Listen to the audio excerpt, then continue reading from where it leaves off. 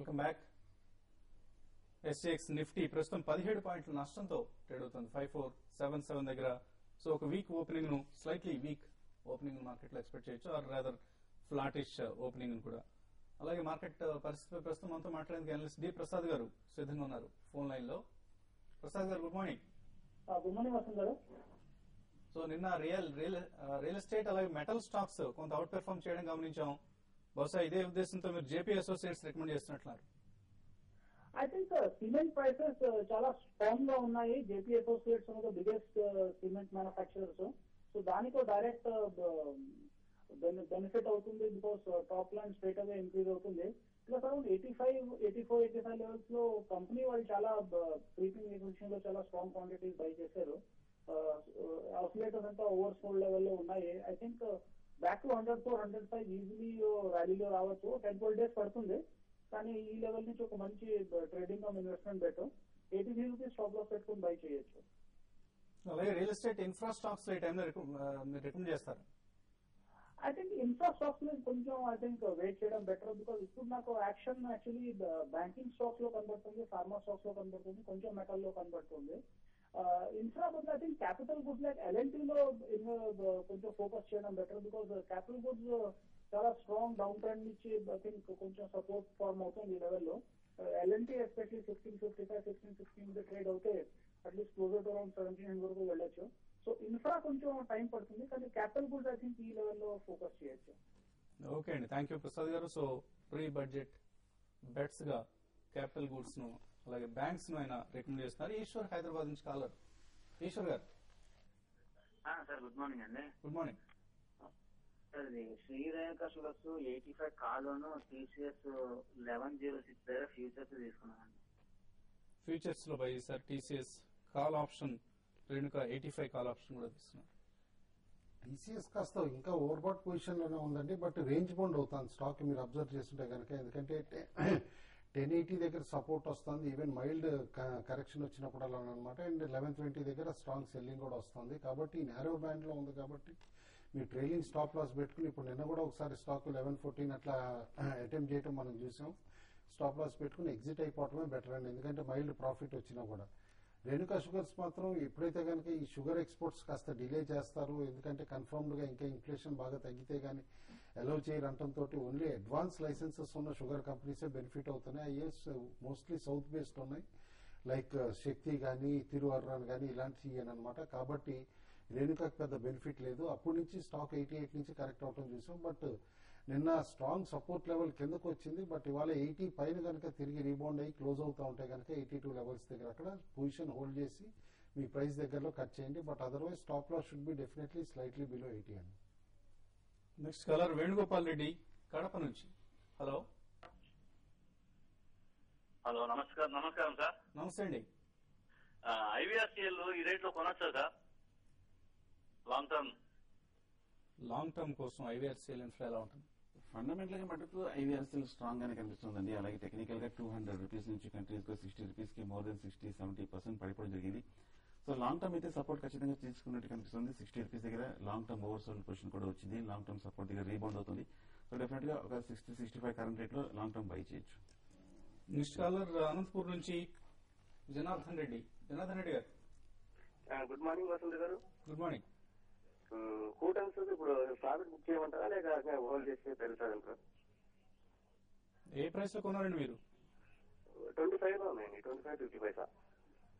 Okay అండి, కూటాన్స్ పరిస్థితి 25-50 లో బై చేశారు. రిపీటెడ్ గా చెప్పామండి, ఈ రీటైల్ కంపెనీ చాలా అక్యూట్ ఫైనాన్షియల్ ప్రాబ్లమ్స్ లో ఉంది. ఇన్ఫాక్ట్ బ్యాంక్స్ టేక్ ఓవర్ చేసే స్టేజ్ లో ఉందన్నమాట, ఎందుకంటే డిఫాల్ట్ అయ్యారు కాబట్టి. అయితే stock all the way from 400 rupees continuous గా పడతా ఉంది కాబట్టి 25 దగ్గర కాస్త బార్గెన్ బెట్ అనిపిస్తుంది. Only if at all somebody take over చేస్తే కనుక కంపెనీ కరెంట్ లెవెల్స్ నుంచి కూడా ఇంకా కాస్త పెరిగే పాసిబిలిటీ ఉంది. బట్ అదర్వైజ్ మాత్రం ప్రిఫరబ్లీ ఈవెన్ స్మాల్ ప్రాఫిట్స్ లో ఇలాంటి స్టాక్స్ లో మాత్రం 25-30% ప్రాఫిట్ లో కూడా ఎగ్జిట్ అవటమే అడ్వైజబుల్ అండి. నెక్స్ట్ కలర్ ఒంగోలు నుంచి వెంకటేశ్వరరావు. వెంకటేశ్వరరావు గారు ఒంగోలు నుంచి అండి. అడగండి. హలో అడగండి. జీ లిమిటెడ్ గురించి చెప్తారా sir? Short term. Zee entertainment అండి? అవును sir, Zee limited. ZEEL S. Okay అండి, జీ ఎంటర్టైన్మెంట్ ఎంటర్ప్రైజెస్ లిమిటెడ్. అవును సార్. లాస్ట్ మంత్ చూస్తే కనుక 130 రూపీస్ బ్రేక్ అవడంతో టెక్నికల్ గా మధ్యకాలికంగా డౌన్ ట్రెండ్ లో ప్రవేశించడం కనిపిస్తుంది. బట్ కానీ 100-105 దగ్గర మటుకు టెక్నికల్ గా ఒక సపోర్ట్ తీసుకుంది. నా ఉద్దేశంలో ఫ్రెష్ బయింగ్ అయితే వద్దండి. హైయర్ రేట్ లో ఒక 135-140 ఎవరైనా ఉన్నారంటే కనుక అక్కడ లాంగ్ ఎగ్జిట్ అవచ్చు. ఫ్రెష్ బయింగ్ అయితే అవాయిడ్ చేయమంటూ అనిపిస్తుంది. Next caller Karimnagar district నుంచి అశోక్. చెప్పండి అశోక్. బజాజ్ హింద్ గురించి చెప్పండి సార్. ఆల్రెడీ బై చేశారా, కొనాలనుకుంటున్నారా? బజాజ్ హింద్ కొన్నాం సార్. ఏ రేట్ లో కొన్నారు sir?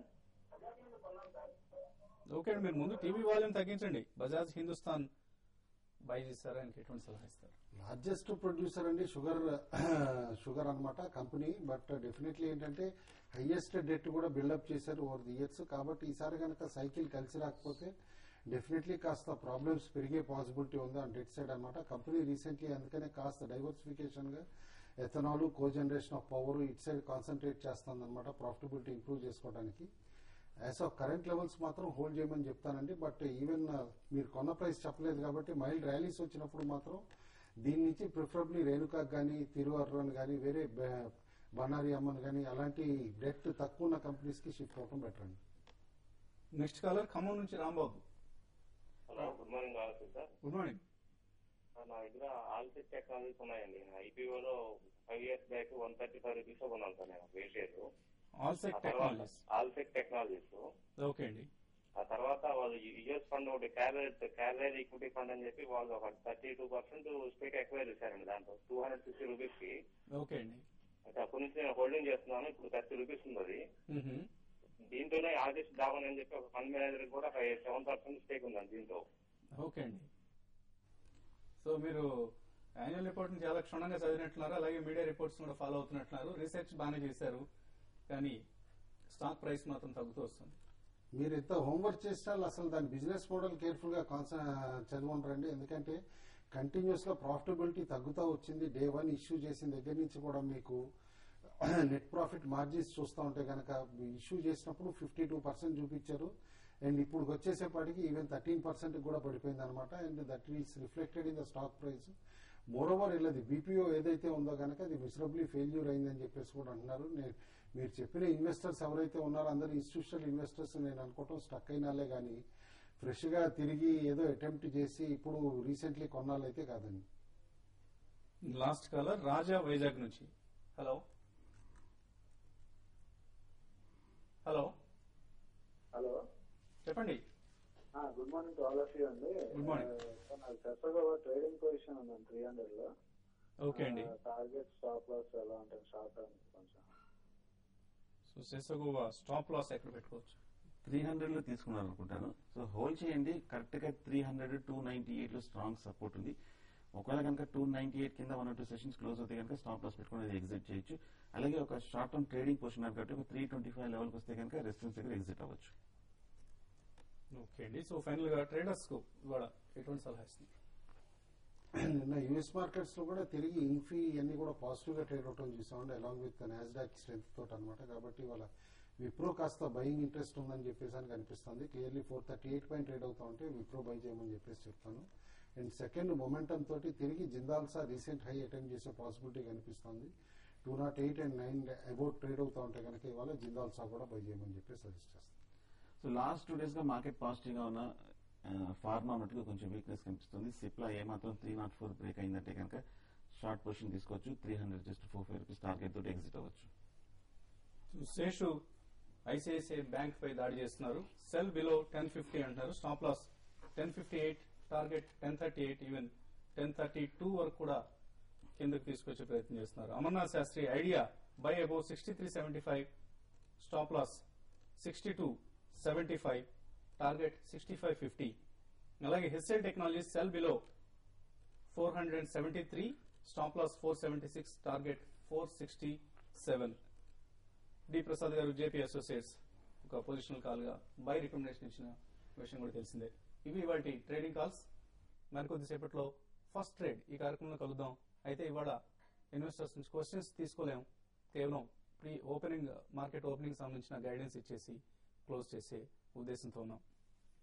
లాగంటూ tv5money.com. Business breakfast. Make a courtesy